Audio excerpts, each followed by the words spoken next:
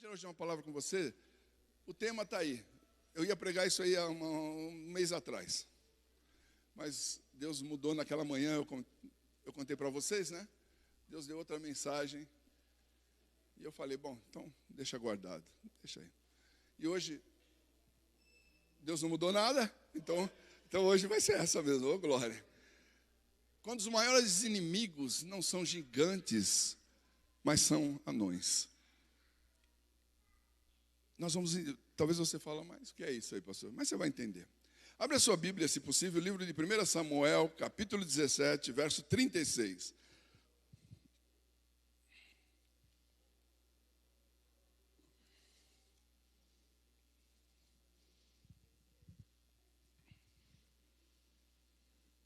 Primeiro Samuel 17, a partir do verso 36. Nós vamos falar de alguém que você já ouviu bastante, você que está no Evangelho já ouviu bastante, né? Falar de Davi. Davi, aqui, no texto que vamos ler, Davi ainda não é o rei Davi, Davi é o menino Davi. Davi é aquele que Deus havia escolhido. Agora, Deus estava escolhendo esse jovem, que ele iria tomar o lugar do rei. Vai tomar o lugar? Vai profanar o reino? É uma rebelião? Não. O rei em questão aqui era Saul. Mas Saul estava sendo reprovado por Deus, pela conduta dele, pela forma como ele estava levando a sua vida, a vida dele com Deus, a vida espiritual dele, o desrespeito, a quebra dos princípios. O rei estava sendo reprovado por Deus. E Deus já tinha alguém escolhido. E esse alguém era Davi. Um jovem que, aos olhos da própria família, talvez até desprezado por ser o mais novo de 8 irmãos. Ele era o mais jovem, o mais novo. Alguns autores, alguns teólogos dizem que ele, inclusive, era tido como um amaldiçoado, porque ele era ruivo. E no conceito deles, o ruivo, por ser ruivo, por nascer ruivo, era um amaldiçoado. Não era muito bem visto. Era tido como alguém que não ia longe, sabe? No conceito deles. Então, talvez por isso, quem conhece o texto, a história de Davi, sabe que quando o profeta Samuel foi ungí-lo para que ele fosse um rei, e foi à casa dele, o pai chamou todos os irmãos e não chamou ele estava no campo lá, cuidando das ovelhas, e lá ficou. Até que Deus falou para Samuel, né, reprovou todos os seus irmãos quando eles se apresentaram. E Deus disse, não, nenhum deles eu escolhi. Então, Samuel pergunta para o seu pai, mas acabaram os filhos? Tem o menor, está lá no campo. Talvez até, ou por um desprezo, por ser mais novo, talvez até por vergonha, porque é ruivo, vou trazer ele aqui. Esse não vai ser escolhido, não sei, tá? Não sei, mas o rei Samuel diz, manda chamar ele, enquanto ele não vier, nós não vamos comer, não vamos continuar o que viemos fazer aqui. E ele vem, e Deus diz, é esse aí que eu escolhi. Mas aqui, Davi, ele ainda é o filho de Jessé, mais novo, que cuidava dos animais, das ovelhas do pai. E ele vai, então, por ordem do pai, ele vai levar alimento para os seus irmãos que estavam na guerra. Israel está guerreando com os filisteus, eles estão em guerra. E ele vai levar alimentos, né? Naquela época não é como hoje, você não vai ir lá na guerra levar pão, queijo, bolo para o seu soldado, o seu filho que está lá na guerra, né? Hoje você nem se aproxima. Hoje os exércitos, eles alimentam os seus soldados, tudo é diferente. Mas naquela época não era assim, né? Então quem podia mandava alimento lá para os seus filhos, né? Era dessa forma. E ele foi. E chega lá, ele ouve Golias. Golias, você já ouviu falar muito em Golias, né? Mesmo o não cristão, ou aquele que não tem afinidade à palavra de Deus, já ouviu falar de Golias, né? Do gigante Golias. Filmes já foram feitos. O gigante está afrontando o exército de Israel, desafiando o exército. Isso ele já vinha fazendo há alguns dias, desafiando e falando, manda um guerreiro seus aí para lutar comigo. E se vencer, me vencer, vocês venceram a guerra. E ninguém mandava a ninguém, porque ninguém tinha coragem de enfrentar um homem de quase 3 metros de altura. Um homem monstro, não era um homem. E Davi, quando chega lá, ouve aquilo, aquele desafio, ele desafiando. E aquilo no coração de Davi, embora um jovem, não era um guerreiro, mas aquilo ardeu no coração de Davi. E dentro dele, ele pensava, quem é esse infeliz que não conhece a Deus, desafiando os exércitos do Senhor, desafiando o povo de Deus, chamando aqui, todo mundo só tem covarde aí nesse meio, onde já se viu. Isso arde no coração de Davi, ele fica inconformado. Porque Davi, queridos, ele tinha, embora o rei não soubesse, embora talvez ninguém soubesse, nem seu pai, nem seus irmãos, ninguém soubesse, mas Davi, ele tinha algo pessoal e particular, ele e Deus. Ele conhecia o Senhor, o Deus de Israel. Lá no campo, lá sozinho, ele passava as noites lá olhando as ovelhas, talvez, e talvez, não, ele tocando sua harpa, salmodiando, ele também compôs salmos, hinos, adorando a Deus, e teve suas experiências lá com Deus. E ele chega e vê aquela situação, ele fala, como pode? Nós somos servos do Deus vivo, o Senhor dos exércitos está conosco, e esse exército, ninguém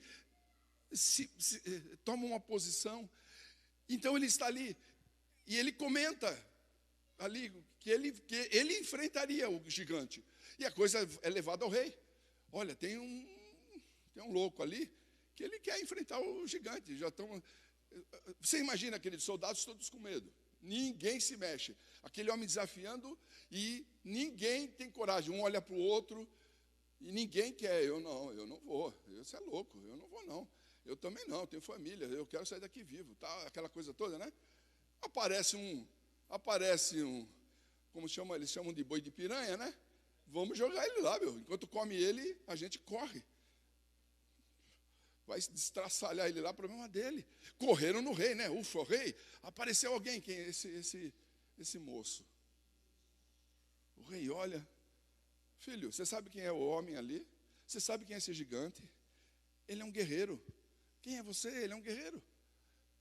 Aí Davi então começa a conversar com o rei. Rei, você sabe o que eu já enfrentei? Você deve ter matado passarinho no estilingue, dado pedrada em lobo para tocar das ovelhas. É isso que você faz com estilingue, coisa assim? Quem que você enfrentou? Aí ele fala aqui, verso 36. Ele está falando com Saul, o rei. O teu servo venceu o leão e o urso, e assim será com esse incircunciso filisteu, como se fosse um deles, pois desafiou os exércitos do Deus vivo. Ele está dizendo, rei, eu venci um leão, eu matei um leão, eu matei um urso, que quiseram atacar os animais do meu pai, e esse gigante vai ser como um desses dois. Se eu matei um deles, eu mato ele também. Olha a ousadia, a coragem que Davi tinha. Davi não tinha uma grande estatura. Ele era um homem, um moço, um homem, a Bíblia diz, de boa aparência. Não era aquele guerreiro que você olha para o cara, você já se apavora, só do olhar dele, né? Não, você olha o cara, isso aí parece uma moça. Quem é esse menininho? Ele era um moço de boa aparência e não despertava nenhuma, e não era guerreiro, não era soldado, não era alto. Seus irmãos eram homens de guerra, ele não. Mas ele diz para o rei, eu matei um leão. Você matou um leão? Mas como? Você matou um leão? Sozinho? Mas também matei um urso. Mas como é isso?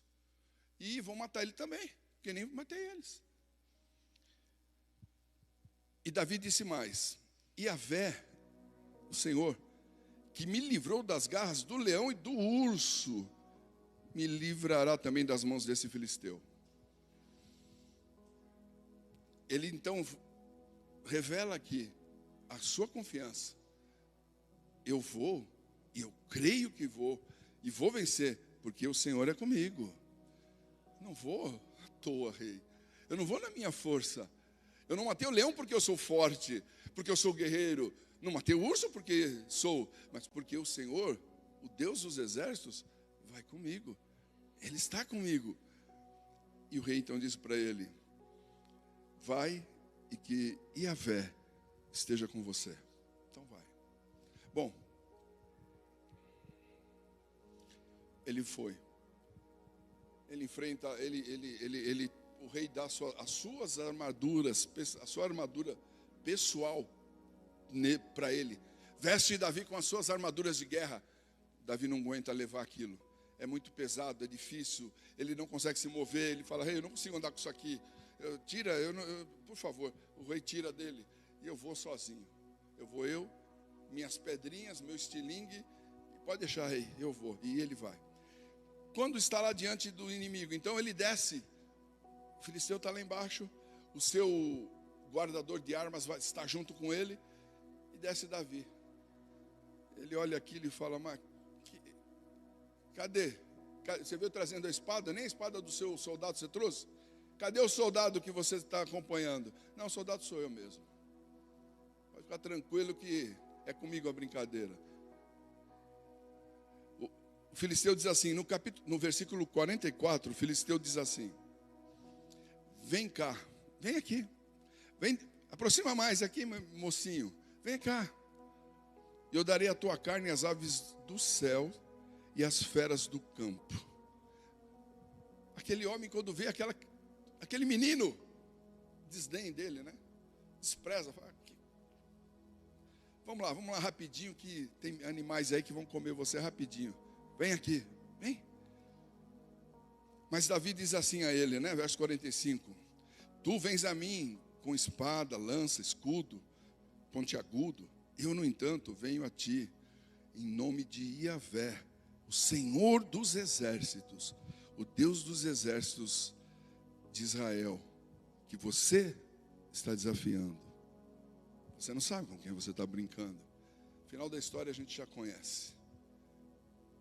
A carne que foi comida foi a do gigante, não a dele, né? O gigante cai e ele pega a espada e arranca a cabeça. Acaba de liquidar a fatura. Tira a cabeça daquele homem. Mata o gigante. Eu quero falar um pouquinho, então, entrando aí. A gente deu uma pincelada no contexto.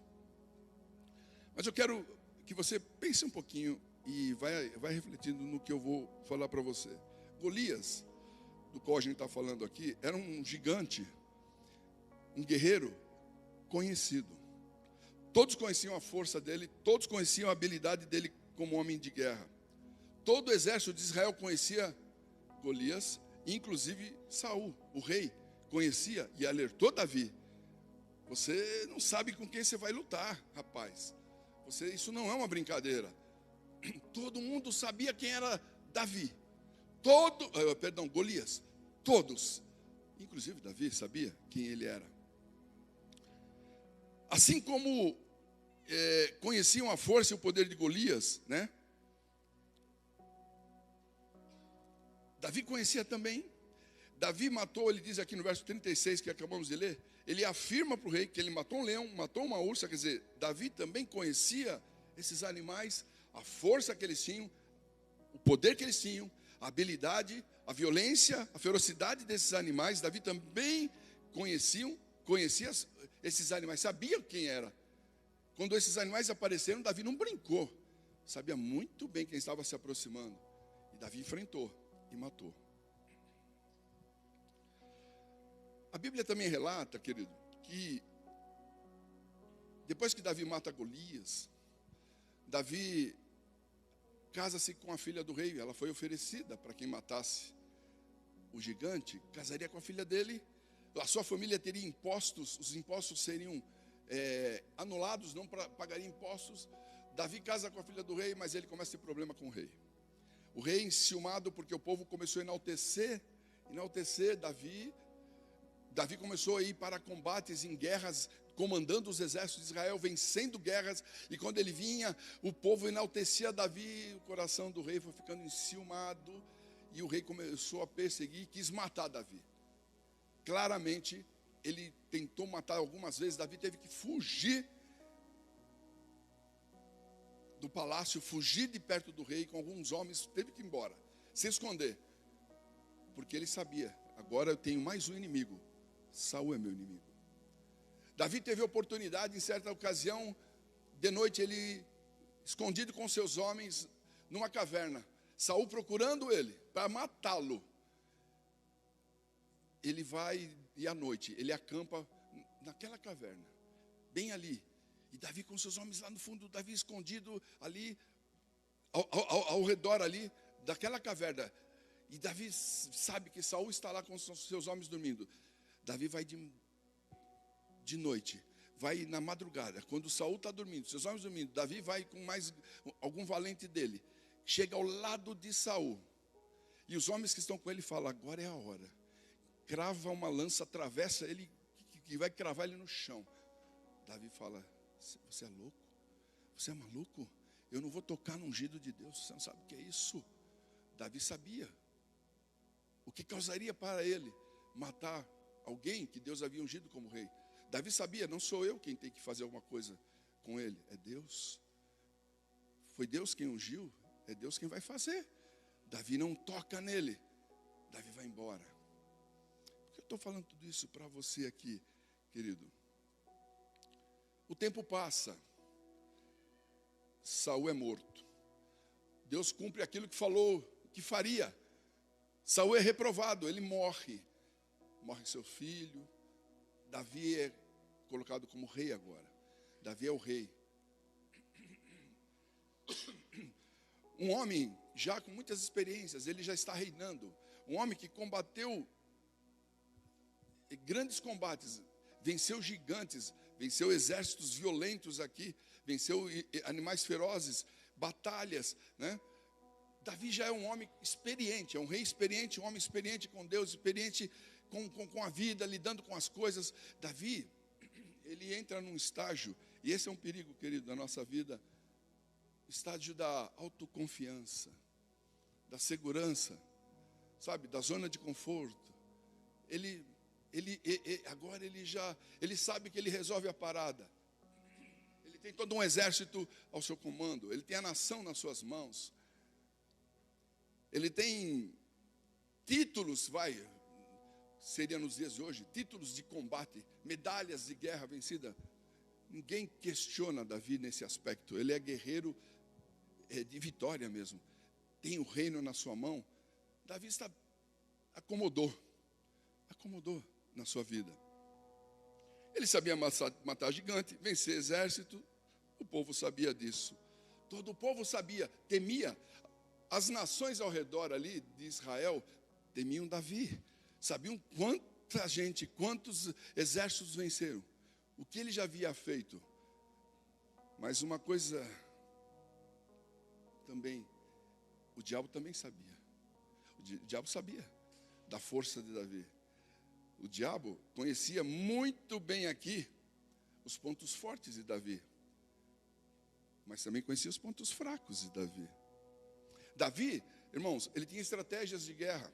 Ele venceu muitas batalhas, porque tinha estratégia, sabia como lutar, sabia como colocar os seus exércitos, sabia o momento certo de atacar, de recuar, sabia o que fazer.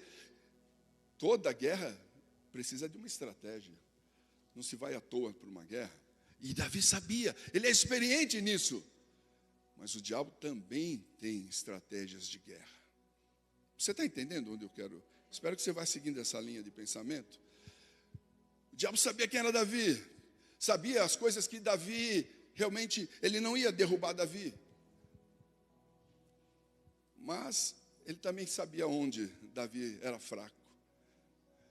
E era um estrategista também. O diabo, irmãos, entenda uma coisa. O diabo, ele é um estrategista. Ele conhece você, ele conhece a mim. Ele sabe quando eu estou bem, quando eu estou mal. Ele sabe quando eu estou feliz ou triste, quando eu estou meio emburrado com a vida. Ele sabe, ele conhece você. Não, ele não lê sua mente, ele não lê seu pensamento, mas ele lê muito bem a sua fisionomia. Ele lê suas atitudes, suas ações. Como você olha para uma pessoa, como você olha para outra. O que você fala, o que você assiste, o que você deixa entrar dentro de você. Ele está te analisando. Ele está vendo. Opa. Aqui é fácil. Não pense você que ele não faça isso, irmão. Porque ele faz isso. Entende? Davi, como a gente leu no texto, né? Ele, quando jovem, ele vence um leão, ele vence um urso, vence o leão, um homem guerreiro, um homem valente, né? Mas agora aqui, depois de já um homem experiente, estabilizado, ele abre a guarda para um outro leão. O primeiro ele venceu, o segundo, ele descuida do segundo leão. 1 Pedro 5,8 diz assim: sede sóbrios e vigiantes. O diabo, Pedro está dizendo isso, o diabo, vosso adversário, anda em derredor como um leão que ruge, procurando alguém para devorar. Olha o que Pedro fala. Querido, esse Pedro é aquele que Jesus, lá atrás, quando ele estava começando a andar com Jesus, disse para ele: Pedro, o diabo está cirandando você, está assim, ó. Ele está ao redor de você, ele está querendo peneirar você, Pedro. Não pensa que você que não, ele está. Mas olha, Pedro, eu roguei ao Pai por ti. Eu roguei ao Pai para que te guarde, Pedro. Irmãos, o diabo não brinca. O inimigo não brinca. Ele não brinca, ele não vacila, ele não desiste. Esse Pedro, que ouviu isso lá de Jesus, que depois teve uma vida com Deus, com a morte de Cristo, ele começou a ter suas experiências, andar com Deus, conhecer a Deus. Agora aqui um Pedro experiente já, um Pedro maduro, ele agora entende o que Jesus, né, havia dito a ele lá, e ele fala aqui: olha, o diabo, vosso adversário, nosso adversário, ele nos ciranda constantemente, procurando alguém para tragar, para devorar. Irmãos, o diabo não vai devorar aquele que está lá fora. Aquele quando eu digo lá fora, aquele que não rendeu sua vida a Cristo, aquele que não está buscando andar com Deus, porque muitas vezes essa pessoa já está fácil na mão dele. Ele já tem domínio em muitas áreas na vida da pessoa, ele já está influenciando, ele já está às vezes levando a pessoa a um monte de atitudes e erros. Mas aquele que está buscando consertar e corrigir a vida, ele ciranda, ele tem que tirar do caminho, não pode continuar sendo esse vencedor, como era Davi. Opa, que é isso? Você vai ter que cair. É assim que ele faz. E a gente tem que entender isso. Davi, como eu disse, já está no seu reino, está estabelecido, reino solidificado, é um rei bem-sucedido. Ele sente-se assim também. A autoconfiança toma conta. A autoconfiança, irmãos, ela muitas vezes toma conta da nossa vida como cristãos. Nós começamos a achar que já vencemos tudo, estamos experientes, e isso não é só na vida cristã, tá, querido? Em todas as áreas da nossa vida. Às vezes, por um excesso de autoconfiança, achar que não, eu supero tudo, lá você vai embora um casamento. Brinca com o que não deve, quando vai ver, foi embora. Isso é no emprego, isso nas mais diversas áreas da nossa vida. Porque Jesus, alertando sobre o diabo, diz que o ladrão vem para matar, roubar e destruir. E matar, roubar e destruir não é só a vida espiritual, todas as áreas da nossa vida. Ele vem para destruir. O diabo quer destruir, ele não quer ver a paz, ele não quer ver a vitória, não quer ver o bem da família, não quer ver a prosperidade de ninguém. Às vezes a pessoa está lá prosperando no seu emprego, está galgando lá, às vezes desde jovem, numa empresa, está subindo, já alcançou aí altos escalões, talvez dentro da empresa, mas o diabo não vai perder seu tempo.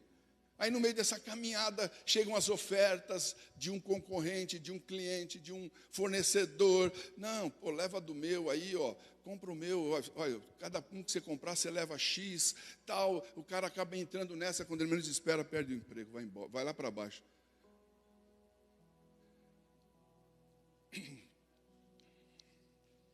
Sabe, querido, e você vai começar a entender melhor isso.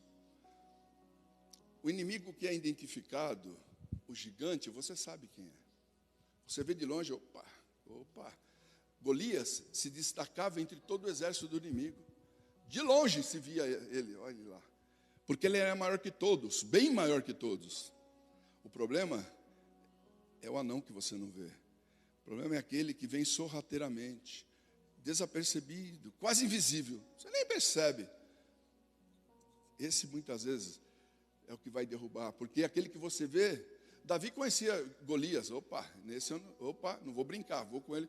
O leão, o urso, isso não vou mexer com ele, não vou lidar com ele como se fosse uma raposa, um animal menor. Esse é diferente. Eu estou de olho nele. Mas às vezes podia dormir no mato e não ver o escorpião. O escorpião picar e matar ele. Aranha. Você entende? Você percebe, irmão?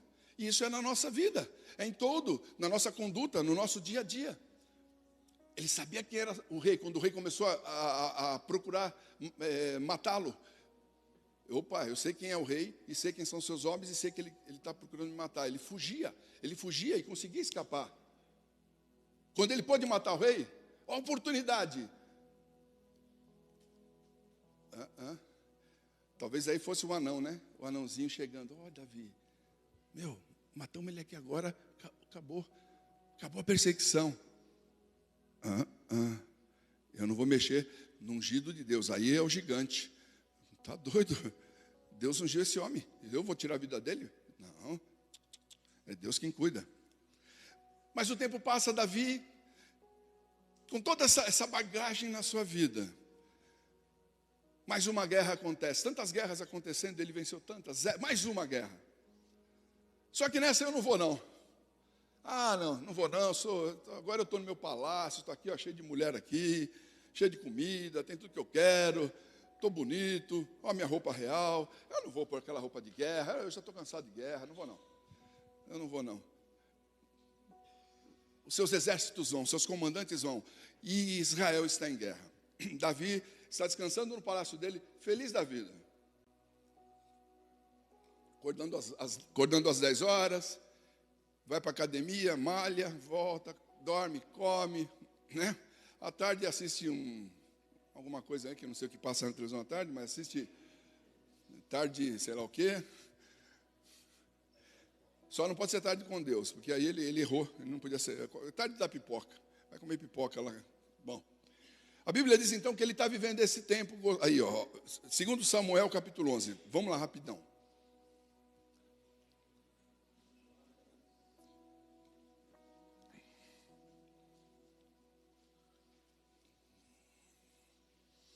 Segundo Samuel capítulo 11, verso 1, tá?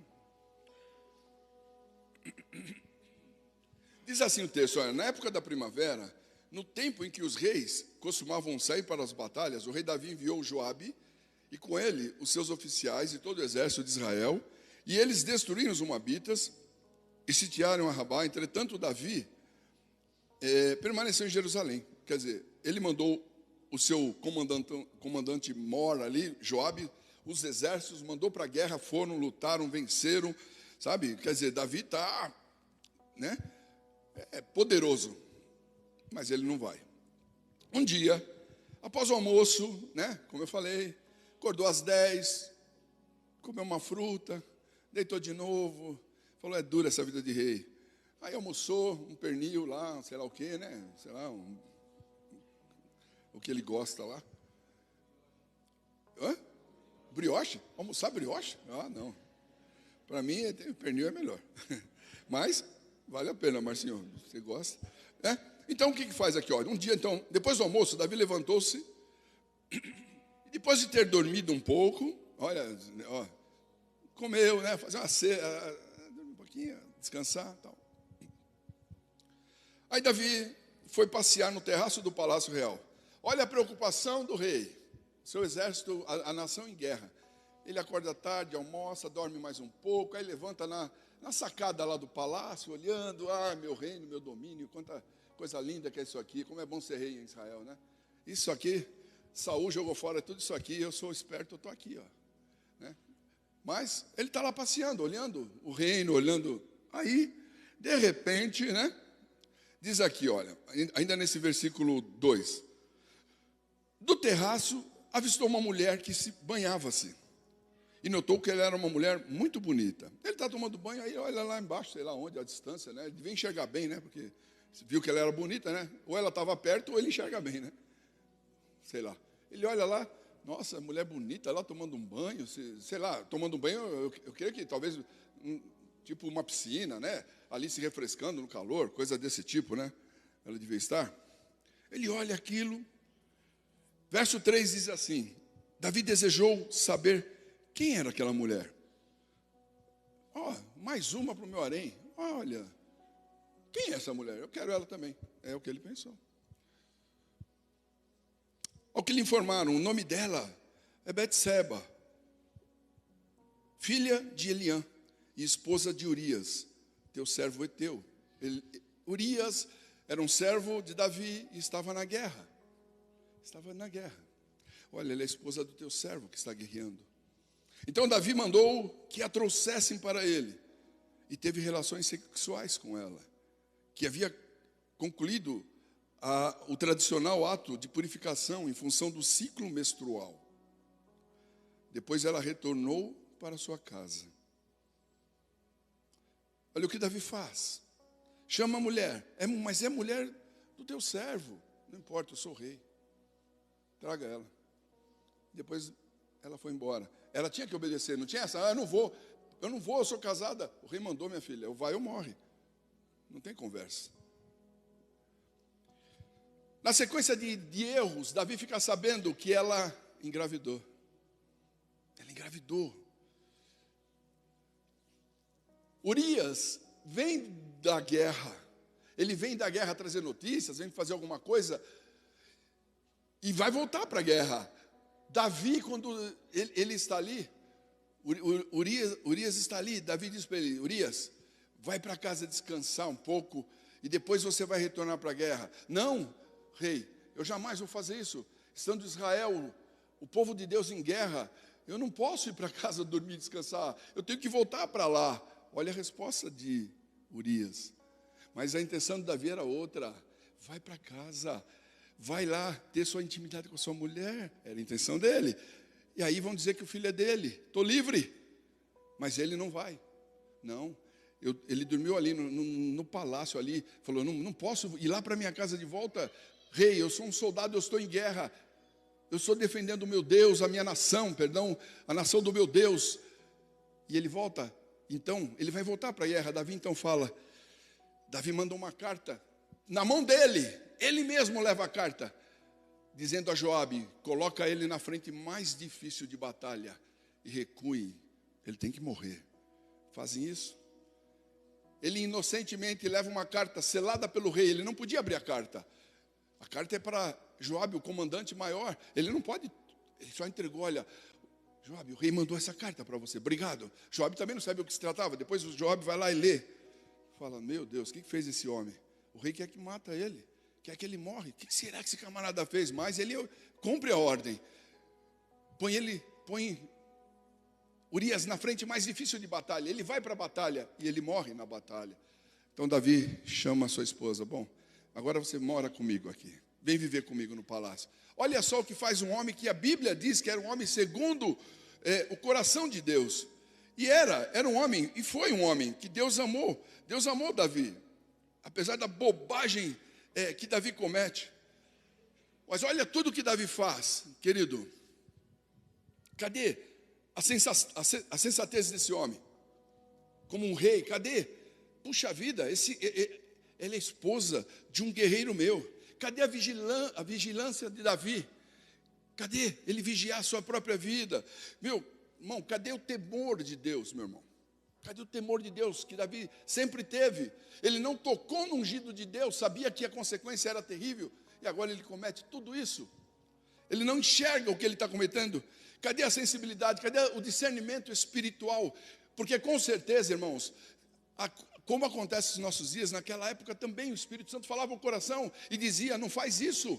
Olha o que você está fazendo, isso está errado. Você vai fazer isso com o seu soldado, um guerreiro que está lá honrando você, honrando o teu exército. Mas ele fez. Cadê? Onde foi parar tudo isso?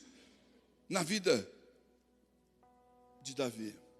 Satanás, querido, ele tem suas estratégias de guerra. Satanás tem gigantes, mas tem anões também. E esses são talvez o grande perigo da minha vida e da sua vida, porque não enxergamos esses anões, enxergamos os grandes problemas, mas às vezes as pequenas coisas nós deixamos passar, vão entrando na nossa vida. Essas pequenas coisas eu anotei aqui que elas vêm com roupagem bonita, atraentes aos olhos, oferece prazer, vantagem, né? Satisfação, reconhecimento, massageia o ego. O homem tem 60 anos aí um brotinho dando bola, ele já se sentiu eu não paquero mais, eu já acabei. Aí um brotinho, ele fala, nossa, eu estou um galã. Ah, mas você é casado, sua mulher... Ah, mas... Nossa, aí os amigos olham e falam, nossa, ela está dando bola. Que isso, querido? É o anão chegando. Sorrateiramente, né? Como o senhor está bonito, o senhor se cuida, né? Fez as unhas, ele começa a sentir a última cereja do bolo, né? Mal sabe ele, que depois que tira o que quer, eu não quero essa uva passa, não. É assim que acontece com muitos, aí chuta. Mas o anão é sorrateiro, o anão é imperceptível. Entendeu, querido? Por fim, ele vai executar o plano, o anão vai executar o plano real dele na vida da pessoa, que é destruir, que é acabar, que é tirar a moral, tirar a honra, jogar na lama, matar a fé, tirar o emprego, desonrar diante da família, diante de amigos, sujar o seu nome. Você entende? Você está, querido, será que eu estou sendo claro, né, com você? Quantas pessoas, têm sido persuadidas, enganadas, derrotados por anões? Davi, um homem tão experiente, um homem que, meu irmão, ele sabia lidar com muitas coisas. Outros gigantes que surgissem, ele sabia como enfrentar. Ele poderia ter ido para a guerra. Ele tinha habilidade, tinha sabedoria. Tanto é que ele conseguiu, de longe, dar toda a estratégia para o seu exército, sem estar lá. Ele sabia muito bem comandar. Mas ele vacilou de um sentimento do seu próprio coração. Uma coisa tão pequena, né? Tão pequena. Ele não conseguiu vencer, ele não percebeu aquilo que estava acontecendo com a vida dele, aquele que estava entrando na vida dele, ele não conseguiu perceber isso.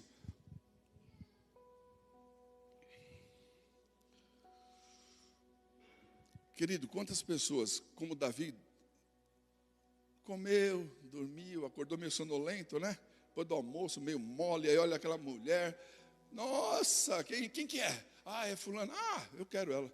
Mas talvez, não sei se ele tinha seus conselheiros ali, mais próximos deles, talvez alguém até falou, mas Davi, ela é mulher de Urias. Eu mandei chamar ela. Não tem que questionar o rei. Não, sim, senhor. Não é verdade? É o sono da indiferença. Muitas vezes, irmãos, nós como servos de Deus, entramos nesse sono aqui, e os anõezinhos vão entrando. Querido, em coisas pequenas a gente não percebe que ele vai entrando. É uma mentirinha aqui. Isso. Aí é outra ali. Mais um anãozinho entrou. Aí as mentirinhas vão crescendo. Entendeu? Os anões vão entrando. É um sentimento que eu não libero um perdão. É uma mágoa, é um ressentimento. E são os anõezinhos que vão entrando na nossa vida. Você percebe como a gente vai dando vazão, É um sentimento por uma colega de trabalho, mas você é casado, querido. Não, ela é só simpática, eu gosto de conversar com ela, sabe? Ela, puxa, que pessoa legal. Aí daqui a pouco você está contando todos os seus problemas para ela, porque ela é legal, eu me abro com ela. Amanhã a gente já vai tomar para quem, né, o pessoal aí fora, vai tomar uma cerveja lá, ou tomar um café junto, almoçar junto. Daqui a pouco já está fazendo um monte de coisa junto. Quer dizer, os anãozinhos, eles vão entrando. Eles são sorrateiros, irmão. Ele não vai falar, eu sou um gigante, vim para te acabar com a tua vida. Não. Os gigantes você vai identificar. Opa, isso não. Mas, entende, querido? Às vezes, é um exemplo muito simples esses que eu estou pegando, mas isso se aplica em toda a vida. Entende? O servo de Deus não vai lá no prostíbulo. Ah, vou pagar aqui. Não, não vai. Oh, todo mundo sabe o que é. Mas a conversinha da colega, né? Pô, que simpático. Que homem simpático esse rapaz, né? Puxa vida. Não é igual aquele jumento que eu tenho em casa, desculpa o termo. Dá coice para todo lado.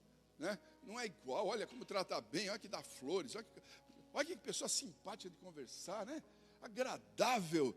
E vai indo, e vai indo. Isso nas mais diversas áreas da nossa vida, irmão. Os anõezinhos vão entrando. Eu quero concluir com você, lendo Efésios capítulo 4. Abre aí, nós vamos concluir.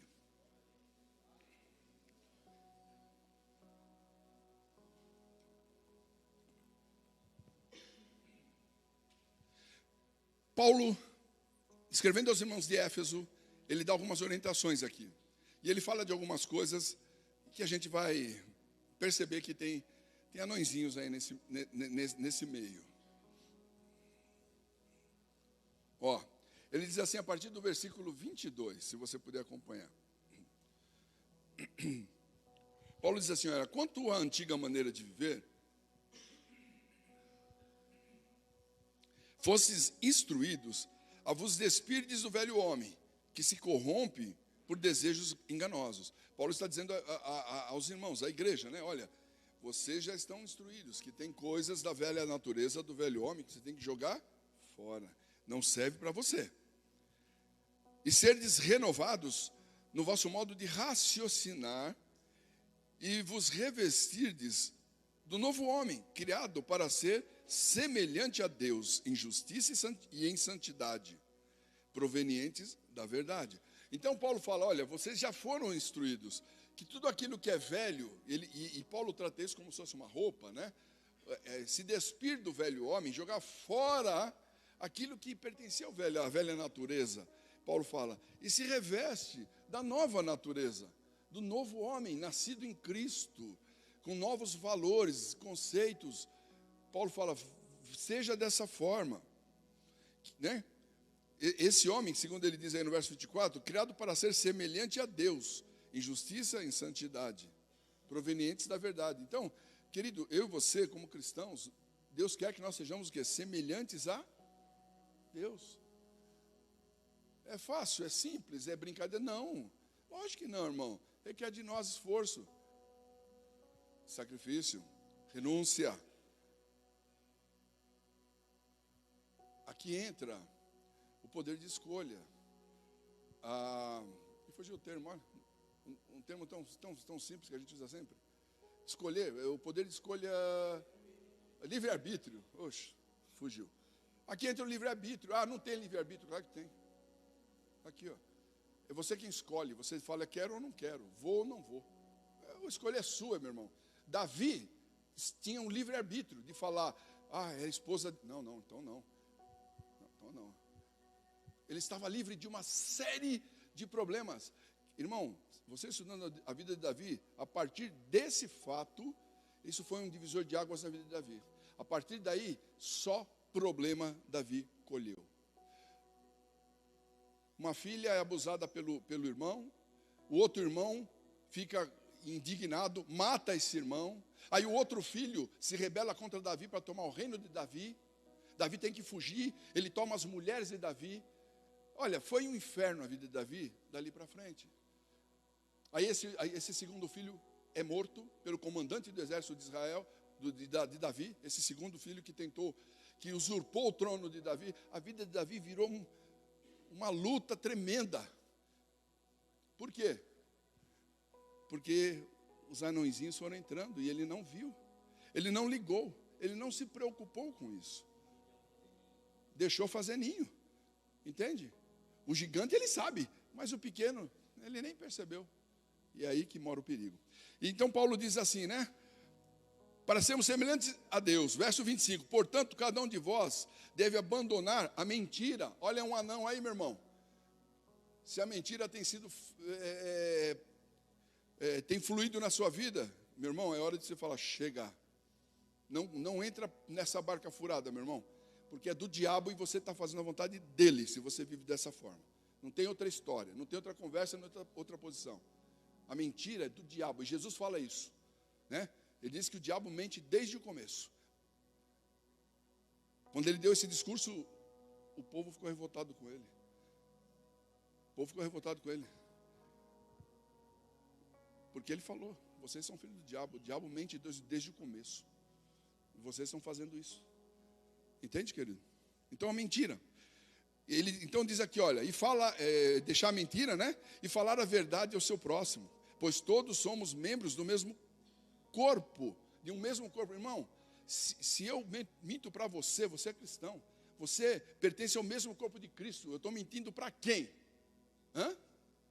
Se o cabeça é Cristo, eu minto para você, eu engano você, meu irmão. Eu estou mentindo para Cristo. Eu estou prejudicando o corpo dele. Você entende, irmão? Dá para entender? Paulo fala, porque somos de um só corpo. O que você está fazendo? Você pega um machado e começa a cortar seus dedos? Você faz isso? Agora eu vou tirar ele. Você é louco. Quem faz isso? Irmão, quando agimos assim, estamos fazendo isso no corpo, que não é nosso, é o corpo de Cristo, a igreja dele. Verso 6, estremecei de ira. Você pode ficar irado com alguma coisa que acontece, Paulo não proíbe, você tem sentimento. Você pode ficar nervoso com uma coisa que acontece, você vê algo que você fala, você ficar nervoso, querer pular no pescoço da pessoa. Ele diz, mas não pequeis. Acalmai a vossa raiva antes que o sol se ponha. Outro não. Na raiva, na cólera, que aí é uma raiva incontrolável, falamos o que não devemos. Nos expressamos mal, ferimos, magoamos, tomamos decisões erradas. Por quê? Anõezinhos que vão chegando. Faz você tomar uma decisão errada no emprego, perde o seu emprego. Depois você vai pensar, falar, o que eu fiz? Por que eu falei aquilo? Por que eu fiz isso? Mas já fez, irmão. O anãozinho já veio, semeou o mal, destruiu e você não viu. Está dando para perceber? Verso 27. E não deis lugar ao diabo. Paulo está sendo claro. Isso tudo são setas do inferno que são lançadas contra a nossa vida. Aquele que roubava, outro anão, né? Roubava. A empresa tem tanto. Deu o troco errado, mas a empresa aí é rica. Troquinho, né? Aí vai na igreja e testemunha. Deus me abençoe, irmão. Olha, eu estava com 50 pau no bolso, comprei pão, leite, mortadela e estou com 100. Estou com 120 na mão ainda. Estou com 70 na mão. Era para estar com 10. Estou com 70, olha, com 80. Deus me abençoou. Querido, Deus não abençoou, você roubou. Você rouba. Dá para entender, querido? Como isso, em tantas outras coisas. O que é certo, não faça. Não entrando. Mas ele diz, aquele que roubava, não roube mais. Pelo contrário, trabalhe, fazendo com as mãos o que é bom, para que tenha o que repartir com quem está atravessando o período de necessidade. Não saia da vossa boca nenhuma palavra que cause destruição, mas um anão. Irmão, você abre a sua boca para quê? Eu e você, né, irmãos? Quando eu falo irmão, eu estou me colocando, tá? Somos nós. Para que abrimos a nossa boca? A nossa palavra abençoa, edifica, anima, encoraja, fortalece ou desanima, mata, frustra. Não é verdade? Para que eu abro minha boca? Qual é o meu linguajar, irmão? Qual é o meu linguajar? Será que é o mesmo do mundo? O mesmo que eu ouço lá fora? São palavrões. O pastor não está aqui, não tem irmão aqui. Mas, irmãos, o anão está aí. E ele vai cobrar o preço disso. Não pensa você que o diabo envia ele para ele voltar com a mão vazia. Ele tem que apresentar o resultado. Ele é cobrado. Você sabia que no mundo espiritual é assim? O diabo reúne os seus demônios e envia para fazer algo. E eles são cobrados, eles têm que trazer o resultado daquilo, tem que destruir. Não fez por quê? Porque aquela pessoa continua bem. Porque o casamento continua bem. Porque ela continua dentro da igreja. Por que você não fez o que eu mandei? Querido, o mundo espiritual é assim, não pensa você não. Que é brincadeira, não. E são punidos, e são castigados os demônios. Porque não fazem aquilo que eles precisam fazer. Entende? E nós, às vezes, como cristãos, não fazemos o que devemos fazer.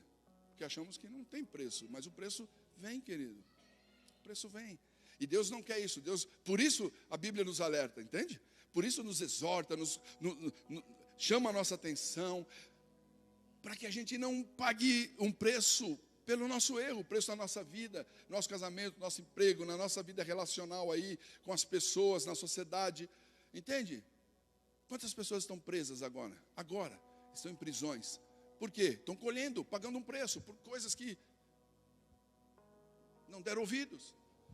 Não é verdade, querido?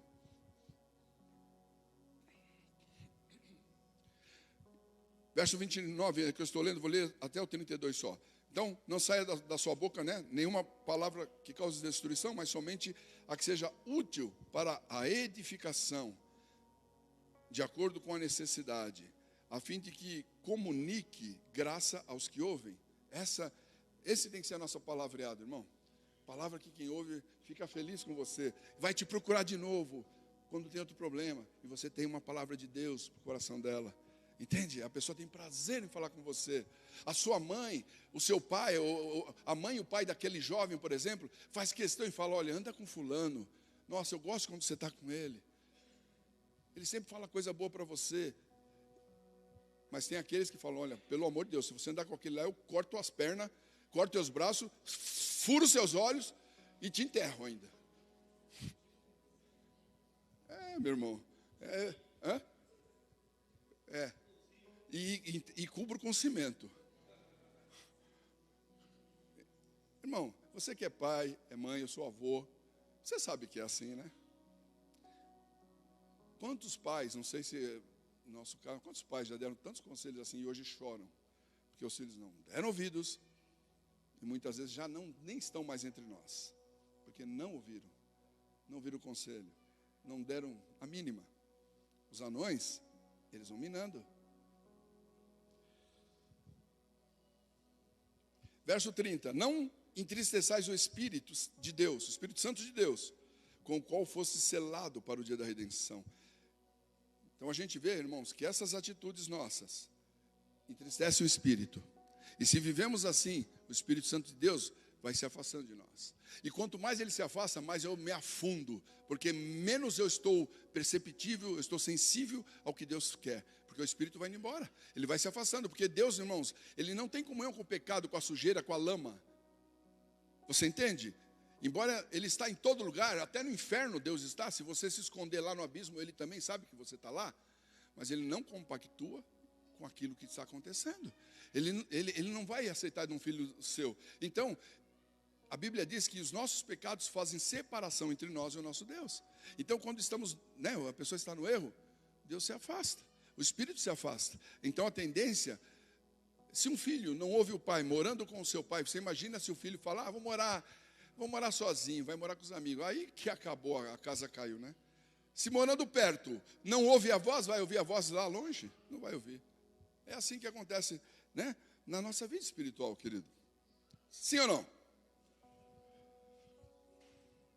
Verso 31. Toda amargura. Olha aqui uma lista de anãozinhos, que eu já citei algumas hoje. Amargura, anãozinho. Cólera é a raiva ao ponto extremo, né? É aquele que perde a cabeça e faz a loucura, né? Que não tem controle. Toda ira, gritaria, blasfêmia. Paulo diz: seja eliminado do meio de vocês. Não existe no meio de vocês.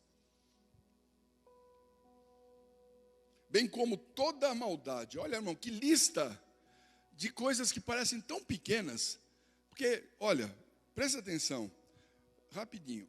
Amargura, cólera, ira, gritaria, blasfêmia. Isso tudo são... Por que eu te chamo de anões? Porque estão dentro de você. Ninguém vê. Você está irado, ninguém percebe, até que você manifeste.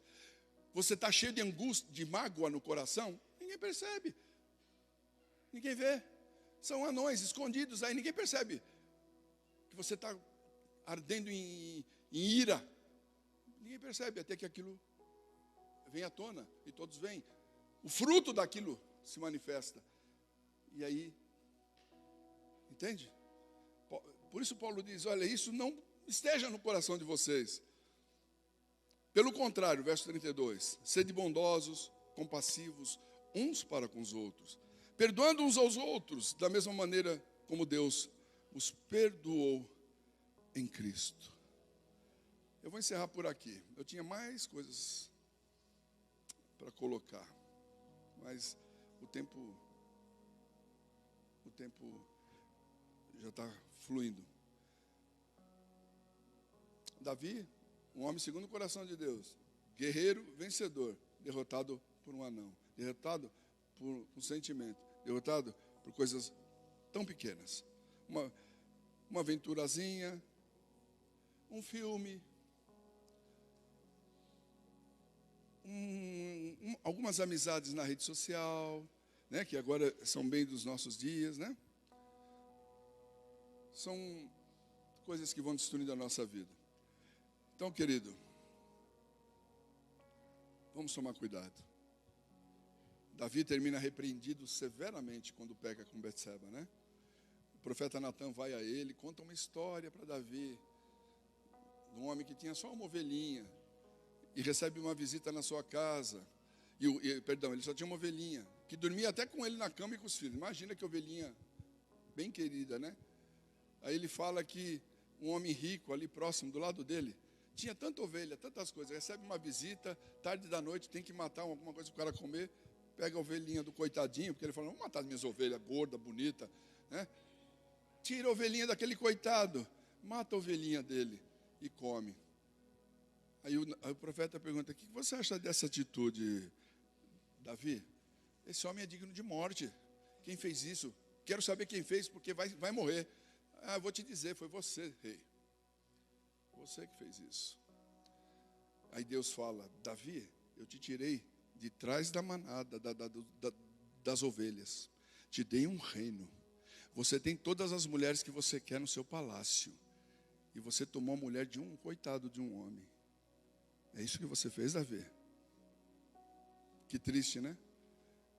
Venceu tantas coisas e cai por um sentimento. É o anão. O anão não dorme. O anão está desperto. Eu quero orar com você e nós vamos participar da ceia do Senhor, meu irmão. Levanta de pé um pouquinho com o pastor, por favor.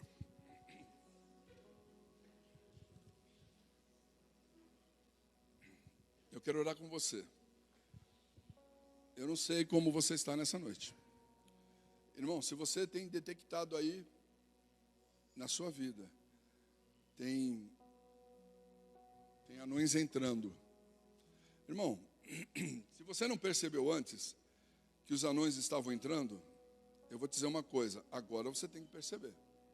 Porque Deus não nos dá uma palavra, Deus não fala com a sua igreja para jogar a palavra fora.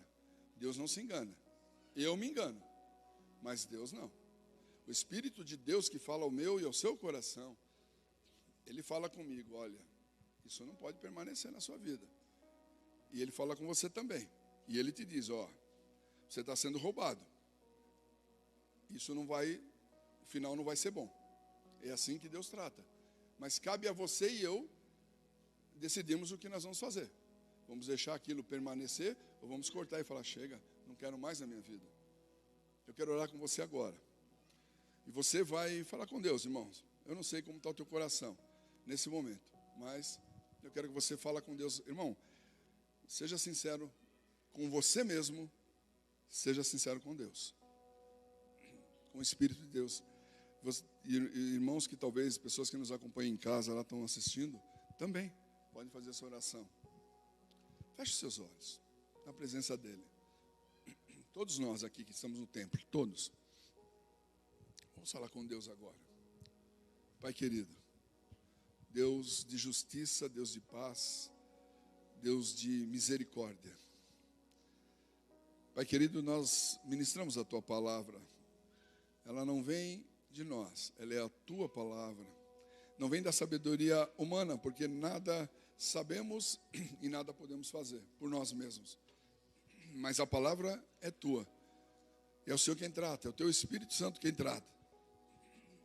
Quem fala o coração é o Senhor que penetra como uma espada de dois gumes, Pai, dividindo, Senhor, os nossos sentimentos, dividindo alma e espírito, Senhor, juntas e medulas. A tua palavra é poderosa, o teu espírito é poderoso para falar, para trazer discernimento, para trazer salvação, meu Pai. Eu sei que o Senhor quer ministrar hoje, quer trazer libertação, acima de qualquer coisa, libertação nessa manhã na vida de pessoas aqui entre nós.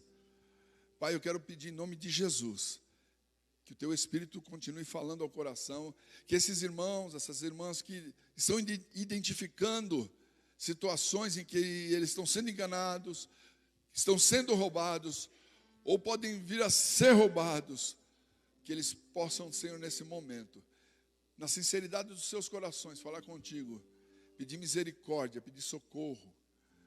Senhor, que eles possam estar repreendendo da vida deles agora, esses anões que entram, que eles possam estar dizendo: eu não quero mais, eu não aceito mais isso, eu tenho livre-arbítrio, Deus me deu o poder de decisão, Deus me deu o poder de dizer sim e não, Deus me deu o poder de escolha, e eu não sou escravo disso, eu não posso estar rendido a isso, eu não posso ceder a isso mais, eu não quero mais isso na minha vida, porque o Espírito do Senhor me conhece, o Senhor conhece a minha vida, sabe quem sou, sabe o que está no meu íntimo, e eu me entristeço e não quero entristecer o teu Espírito Santo.